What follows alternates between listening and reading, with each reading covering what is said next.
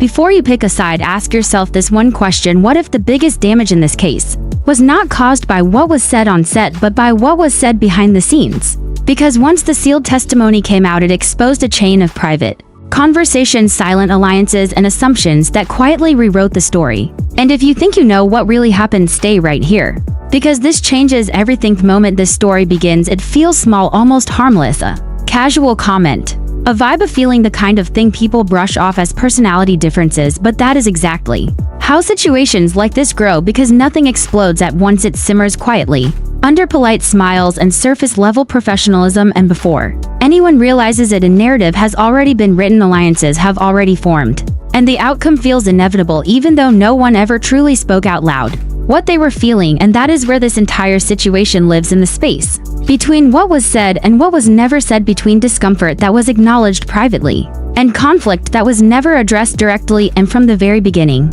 there is a strange tension that hangs over the set, one that does not come from chaos or mismanagement, but from silence and from assumptions, and from the decision to talk around someone instead of to them. And when you look closely at the testimony, the messages, the recollections, and the way each person frames the same events, you start to see a pattern that is impossible to ignore, because it is not about one comment or one moment or one scene. It is about how quickly perception becomes reality when enough people agree to repeat the same version of events, even if those events were never confronted in real time. And the first cracks appear not in public, not on set, not in meetings, but in private messages, texts that were never meant to be seen by anyone outside a trusted circle, messages that frame a person not as flawed or overwhelmed or human, but as something more calculated, something intentional, something that cannot be corrected, because it is presented as a core truth rather than a misunderstanding. And once that framing exists, everything that person does afterward is filtered through that lens. Every interaction becomes suspect,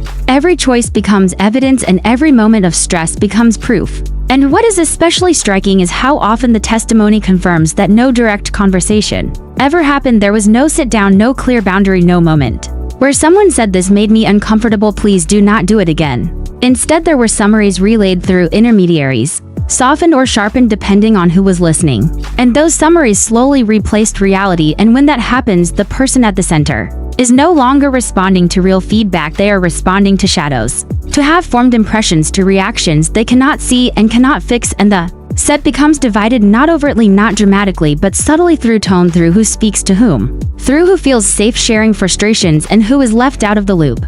And once that division exists, it feeds itself, because people seek validation, and when they find it, they stop looking for resolution. And this is where the story takes a turn that matters, because it is no longer about feelings. It is about power, about influence, about who gets believed and who gets excluded. And the testimony reveals that certain people were positioned as the appropriate channels for complaints, while others were intentionally removed from those conversations, and that choice alone reshaped the entire environment, because it meant the people with the authority to address concerns were never fully informed, while the people without that authority were encouraged to commiserate. And that creates a vacuum where frustration grows unchecked, and every small annoyance becomes part of a growing list. And lists are dangerous, because once you start keeping them, you stop looking for context, you stop allowing grace, you stop asking whether a moment was intentional or circumstantial, and instead you just add another item, another reason, another justification, and over time the list itself becomes the story. And what makes this especially compelling is how ordinary many of the listed grievances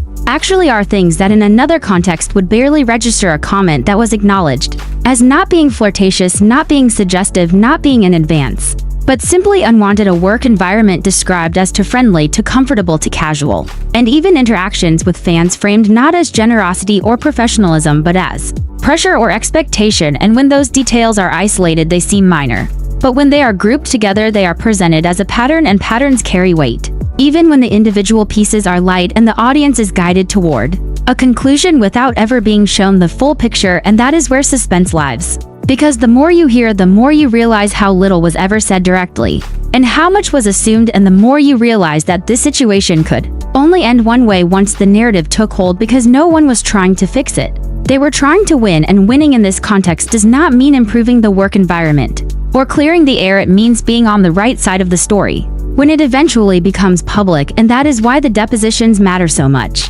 because for the first time the private framing is exposed to daylight, and the contrast between how things were described behind the scenes and how they were acknowledged under oath is striking, and it forces the listener to ask whether this was ever about safety or respect, or whether it was about control and positioning and the fear of losing influence. And as the testimony unfolds, you can feel the tension between intention and interpretation, because stress is not misconduct and frustration is not hostility, and disagreement is not abuse. But once those lines blur, it becomes almost impossible to untangle them, especially when multiple people reinforce the same interpretation without ever testing it against a direct conversation. And what keeps viewers watching is that sense that something fundamental went wrong, long before any official complaint, long before any legal language entered the picture. Something human and fixable that was allowed to harden into something immovable. And as the story continues, each recollection adds another layer, another perspective, another reminder that people can experience the same moment in completely different ways, and that memory itself is shaped by emotion, by expectation, and by who we trust to validate our feelings. And by the end of this section, what becomes clear is not who is right or wrong, but how fragile collaboration becomes when communication breaks down, and how quickly silence can be filled with assumptions that feel true simply because they are shared. And the question that lingers, the one that keeps the audience leaning forward, is not about one person or one comment, but about whether this outcome was ever avoidable, or whether once the lines were drawn, everyone was already moving toward a conclusion they could no longer escape. As the situation deepens, what becomes impossible to ignore is how the environment slowly transforms. Without any single dramatic moment marking the shift, it is not one explosion or confrontation, but a gradual tightening, a feeling that something is off, that people are choosing sides, even if they do not say it out loud. And this is where the idea of loyalty begins to matter more than clarity, because when people feel uncertain, they look for anchors, and those anchors often come in the form of shared grievances and private reassurance. And once that reassurance is given, it becomes emotionally costly to walk it back, because admitting misunderstanding would also mean admitting that time and energy were spent building a narrative that may not fully hold up. And that is why the testimony feels so revealing, because it shows how quickly the focus moved away from resolving discomfort and toward reinforcing alignment. And the more aligned people became, the less incentive there was to actually address the source of the tension directly, and instead the emphasis shifted toward documenting feelings, cataloging moments, and interpreting actions through a pre-established frame. And what stands out is how often those interpretations relied on assumption rather than intent, because intent was never confirmed, never asked about, never clarified. And when intent is absent, perception fills the gap, and perception, when shared, becomes truth within a group. And this is where power dynamics quietly take center stage. Because once a group agrees on a version of events, the individual outside that group becomes isolated regardless of their actual behavior, and isolation itself becomes evidence.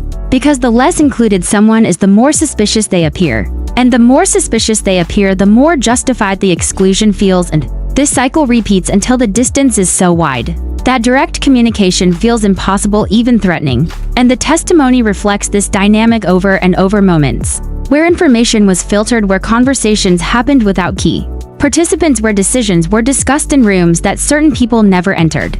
And when asked later whether concerns were ever raised directly, the answer remains consistent: no. And that consistency is telling, because it suggests that avoidance was not accidental. It was structural. It was built into the way communication flowed. And that structure rewarded agreement and discouraged challenge. And when someone did challenge the dominant interpretation, it created friction, not relief, and that friction itself became another point of tension to be remembered and possibly resented. And as the days went on, the working environment became less about the project and more about managing emotions, managing impressions, managing alliances. And this is where the story becomes unsettling, because everyone involved likely believed they were protecting themselves, protecting the work, protecting their values. But in doing so, they created a system where no one could actually course correct. And when a system like that exists, even neutral actions are interpreted through suspicion. And even kindness can be reframed as manipulation. And the testimony touches on moments that illustrate this perfectly: gestures meant to support or assist that were later viewed as inappropriate or patronizing, not because of what they were, but because of who offered them. And by that point, the identity of the person mattered more than the content of the action. And that is a dangerous place for any collaborative environment, because it removes the possibility of redemption or growth once someone is categorized. Everything they do reinforces that category. And what keeps this gripping is that the depositions do not reveal a villain monologue or a secret confession. Instead, they reveal a series of missed opportunities, small moments where a conversation could have happened but did not, where clarification could have been sought, but was not, and where discomfort could have been addressed in real time, but was instead saved for later, and later never came, and by the time formal processes were invoked, the emotional narrative was already locked in and no amount of explanation could undo it. Because the story had been told too many times in too many private spaces to be easily replaced, and that is why the language and the messages feel so definitive, so final, because once you label someone a certain way, you stop looking for nuance, and nuance is what allows people to work through conflict. And without it, everything becomes binary, safe or unsafe, ally or adversary, and the testimony shows how those binaries hardened even as contradictory details emerged. Acknowledgments that certain comments were not intended sexually, that no advances were made, that no direct hostility was expressed. And yet those acknowledgments did not soften the overall narrative, because by then, the emotional conclusion had already been reached. And emotions once validated are difficult to revisit without feeling betrayed or foolish, and this is where suspense builds. Because the audience begins to see the disconnect between what was experienced and what was recorded, between the complexity of human interaction and the simplicity of written accusations. And the more the story unfolds, the more it becomes clear that this was not a single misunderstanding, but a cascade of them, each one building on the last, and each one reinforced by silence, and by the desire to belong and the fear of standing alone. And what makes this section so compelling is the realization that no one needed to lie for this outcome to occur. They simply needed to interpret selectively, to remember emotionally, and to avoid discomfort in the short term, even if it meant greater conflict later. And that realization forces the viewer to confront an uncomfortable truth about group dynamics, about how easily good intentions can lead to harmful outcomes, and how quickly a shared sense of grievance can replace open dialogue. And by the end of this part, the question is no longer about specific allegations, but about whether the environment itself made resolution impossible once the lines were drawn, and whether anyone truly had the incentive to step outside the narrative that had already taken shape. By the time this reaches its most intense phase, what stands out is not escalation but entrenchment, the feeling that everyone involved is no longer reacting to events as they happen, but to the version of events that has already solidified in their minds. And once that happens, every interaction becomes performative. Even if no one consciously intends it to be, people begin acting not toward resolution, but toward consistency, because consistency feels safe, it feels validating, it feels like proof that you were right all along. And the testimony reflects this subtle shift, where actions are no longer evaluated on their own merits, but on how well they fit the established story. And this is where the emotional temperature rises, not through shouting or confrontation, but through quiet resentment, through exhaustion, through the sense that nothing you do will be interpreted generously. And that realization changes behavior. It makes people guarded, it makes them cautious, it makes them less open. And ironically, that guardedness is then interpreted as further evidence of wrongdoing or indifference, and the cycle tightens even more. And what makes this phase especially unsettling is how invisible it can be from the outside, because on paper meetings still happen, scenes still get filmed, schedules still move forward, but underneath there is a breakdown of trust that no amount of professionalism can fully mask. And the depositions reveal how this breakdown manifested in small but significant ways. Who felt empowered to speak, who felt silenced, who believed their concerns would be taken seriously, and who assumed they would not. And assumptions again play a central role, because when people assume they will not be heard, they stop trying, and when they stop trying, others interpret that silence as disregard or guilt, and the gap widens. And one of the most revealing aspects of this section is how stress is reframed, because high-pressure environments are inherently tense, deadlines loom, budgets tighten, expectations rise, and tempers flare. But instead of being contextualized as situational, those moments of stress are later isolated and reinterpreted as character flaws, as evidence of deeper issues. And once stress becomes moralized, it loses its context and becomes something else entirely, something heavier, something harder to explain away. And the testimony suggests that this reframing happened repeatedly. Moments that could have been understood as pressure responses were instead remembered as proof of intent. And that shift is critical, because intent is what determines whether something can be addressed through conversation or only through consequence. And by attributing intent without confirmation, the door to dialogue closes. And what keeps the audience engaged is the growing awareness that this story is less about what happened than about how it was remembered and retold, because memory is not static, it evolves with emotion and reinforcement. And the more a version of events is shared within a trusted circle, the more real it feels, regardless of its completeness. And this is evident in how certain details are emphasized while others fade. Acknowledgments that complicate the narrative are mentioned briefly and then set aside, while moments that support the dominant interpretation are revisited and expanded. And this selective focus is not malicious, it is human, but it has real consequences, especially when those memories become part of formal testimony and public record.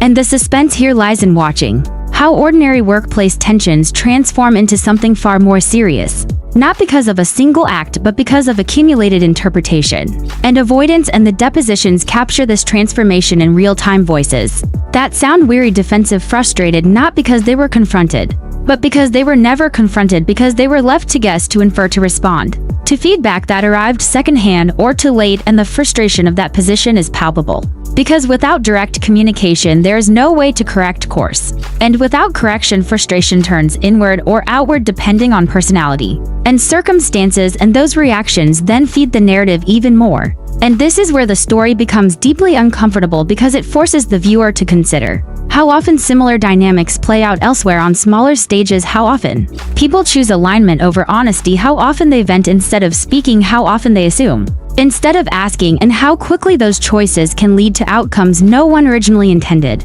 And by this point in the narrative, the sense of inevitability is strong, not because anyone planned this ending, but because once the system was in place, once the communication channels were distorted, once trust eroded, the path forward narrowed until only conflict remained. And what lingers at the end of this section is a sense of loss, loss of collaboration, loss of goodwill, loss of the possibility that things could have unfolded differently if even one conversation had happened sooner. And that lingering feeling keeps viewers watching, because they want to know whether anyone ever recognizes that loss, whether anyone ever steps back and sees the pattern, or whether the story continues to unfold driven by momentum rather than reflection.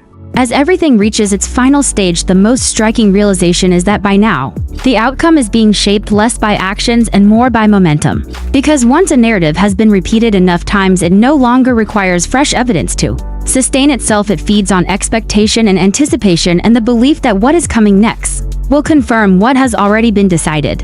And this is where the testimony feels almost resigned. Voices no longer sound surprised, they sound prepared, as if everyone involved knows exactly how their role will be interpreted and has adjusted accordingly. And when that happens, authenticity becomes difficult, because every statement is filtered through awareness of consequence, and every recollection is shaped by the knowledge that it will be weighed, analyzed, and possibly weaponized. And what emerges is not clarity but carefulness, and that carefulness strips the situation of its humanity, turning lived experience into curated narrative. And the depositions reflect this shift, as answers become more structured, more measured, more focused on alignment with previous statements, rather than exploration of nuance. And that is not because anyone is lying, but because by this point deviation feels risky, and risk feels unnecessary when the story already feels settled.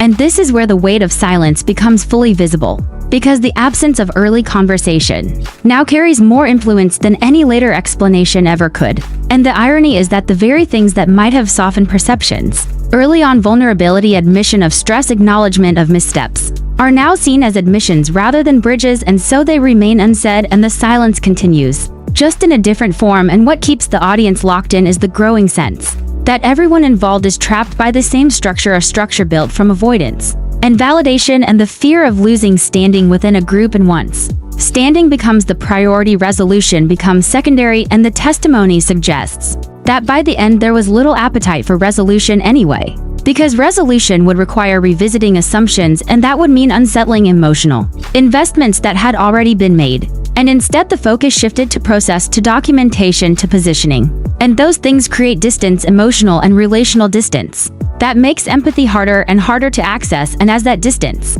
grows, so does the ease with which people reduce one another to roles: antagonist, victim, enabler, obstacle. And roles are simpler than people, they require less listening, less curiosity, less patience. And once roles are assigned, behavior is interpreted accordingly, and any contradiction is dismissed as anomaly or strategy. And this is evident in how even moments of attempted kindness or understanding are later framed with suspicion, because by that point generosity itself feels suspect when trust is gone. And the tragedy of this phase is that by now, even if someone wanted to reset the dynamic, they would not know how, because the cost of being the first to soften feels too high, and the risk of being misunderstood feels too great. And so everyone continues forward along the path already laid, even as it leads further away from collaboration. And toward conflict and the suspense in this final section does not come from surprise, but from inevitability, from watching a situation play out exactly as one would expect once the conditions are set. And that inevitability is what makes it so compelling, because it forces the viewer to confront how easily this could happen anywhere, how quickly good intentions can be overtaken by group dynamics, and how rarely people stop to question the stories they are telling one another, especially when those stories provide comfort or justification. And by the time the narrative reaches its end, what remains is not a clear resolution but a series of unanswered questions about responsibility, about communication, about power, and about the cost of never saying something when it mattered most. And that unresolved tension is what lingers, because even as formal processes conclude, the emotional fallout continues, and the relationships do not simply reset, they remain shaped by what was assumed rather than what was discussed. And that is perhaps the most sobering part of all, because it suggests that the real damage was not done in any single moment, but in the accumulation of silence that allowed misunderstanding to harden into belief, and belief to harden into action. And as the story closes, the audience is left not with certainty, but with reflection, with the uncomfortable awareness that the line between conflict and collapse is often thinner than we think, and that the choice to speak or not speak can change everything long before anyone realizes what is at stake. And when you step back and look at everything that unfolded, what becomes impossible to ignore is that this was never about one comment or one moment, but about silent choices and power dynamics that spiraled out of control, because people talked around each other instead of to each other. And once that happened, the story wrote itself, not in real time but in private messages, assumptions, and unchecked emotions. And that is the real warning here, that when communication dies, narratives take over, and by the time the truth tries to catch up, the damage is already done.